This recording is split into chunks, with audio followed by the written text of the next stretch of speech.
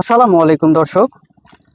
এখন আপনাদের সামনে যে পটলটি দেখানো হচ্ছে এই জাতের পটলকে বলা হয়ে থাকে বাড়ি দুই জাতের পটল। অনেকেই হাইব্রিড জাত বলে থাকে, অনেকেই বাড়ি দুই জাতের বলে থাকে। হাইব্রিড জাত মানেই যে লম্বা এটা কিন্তু বিষয় না।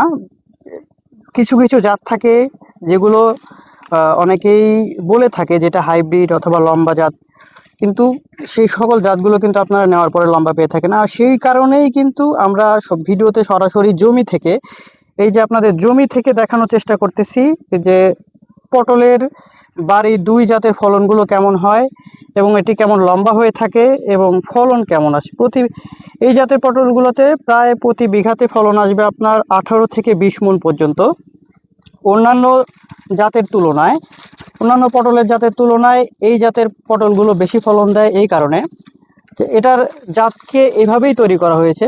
প্রায় প্রতি বিঘাতে 18 থেকে 20 মণ পর্যন্ত এই জাতের পটল ফলন দিয়ে থাকে এবং এই জাতের পটলগুলো এই রকম লম্বা হয়ে থাকে। আপনাদের যদি আমি দেখানোর চেষ্টা করি, এই রকম লম্বা হয়ে থাকে। শুধু একটা না, প্রত্যেকটা পটলই এই রকম লম্বা হয়ে থাকে।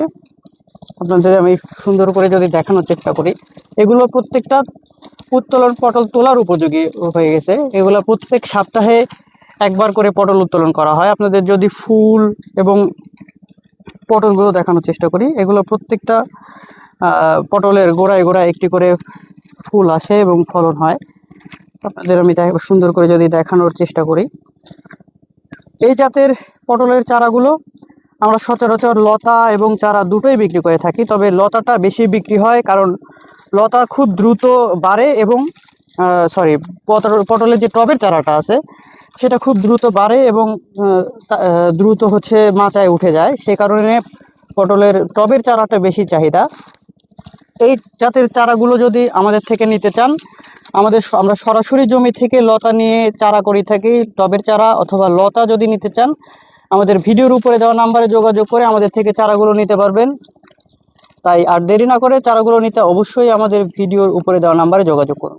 ভালো থাকুন, সুস্থ থাকুন, আল্লাহ হাফেজ।